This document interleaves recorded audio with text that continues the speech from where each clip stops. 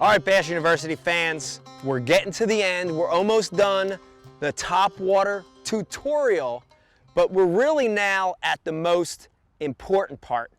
We talked about the 3 styles of lures, the walking baits, the poppers, and the prop baits. We talked about picking size and color based on forage match. We talked about selecting the right rod, reel, and line. But it all comes together right here. And we're going to go ahead and go through each of those 3 categories, and we're going to look at how to make these baits work. We're going to watch the walking action of that stick bait, the popping and spitting of a popper, and then that slashing prop bait. We're going to watch that thing in the water and watch how to work it. Let's start with the walking stick bait. And again, one of my favorites for covering a tremendous amount of water. And you know, one of the key components to working this bait is imparting that walk the dog side to side motion of that bait. That's what's going to draw the strikes.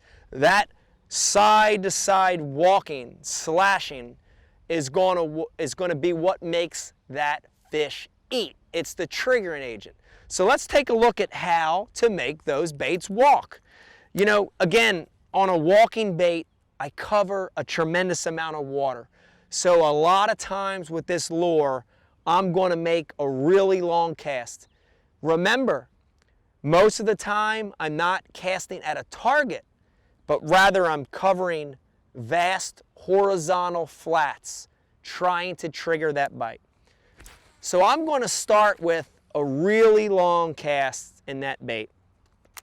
When that bait first hits the water, I always like to let it rest for about 3 to 5 seconds.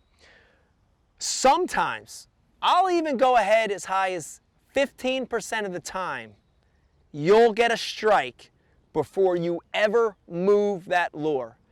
And if you think about it, if there's a bass in the area where that bait lands, it hits, it moves, and then those ripples dissipate. That's a very natural movement of a shad that's died or a shad that's injured and stops. So I always will let that thing rest for 3 to 5 seconds on the initial cast. But if I don't get a bite, I'm going to start this rhythmic cadence. It's a series of short twitches that I'm going to impart with my rod and my wrist. And I want you to really look at this as I start to impart these twitches. I really want you to pay attention and focus on my wrist movement. And that's where we're going to get the cadence, the rhythm that makes this bait walk. After a few twitches, the next thing I want you to focus in on is the tip. But let's look at the reel and the butt of the rod and watch as I impart this cadence. And really what I want to do is I want to start this rod movement that if you were looking at a watch, it would be 3 to 5 o'clock on that clock. 3 to 5. And watch my wrist as I'm going down. And I'm forcing that bait to have twitches, and it's all wrist. Watch, it's not out here with a long rod. It's not up here in my armpit. It's right here in front of my body. I'm keeping everything straight in front of my body.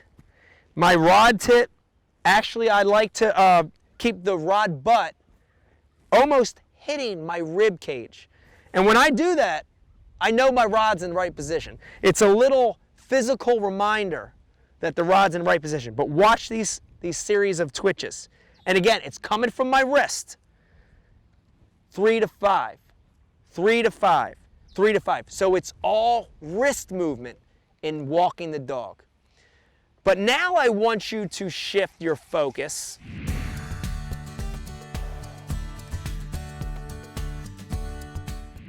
Welcome to Bass University TV, an online video training course where you'll learn champion bass fishing techniques from pro anglers Pete Glusek, Mike Iaconelli, and their talented special guests. From on the water to in the classroom, you'll learn sound techniques and strong fundamental bass fishing skills. Watch hours of video content on multiple topics at your own pace for a low monthly fee. Cancel at any time. Information is power in the sport of fishing, so learn from the very best. Subscribe to Bass University TV today.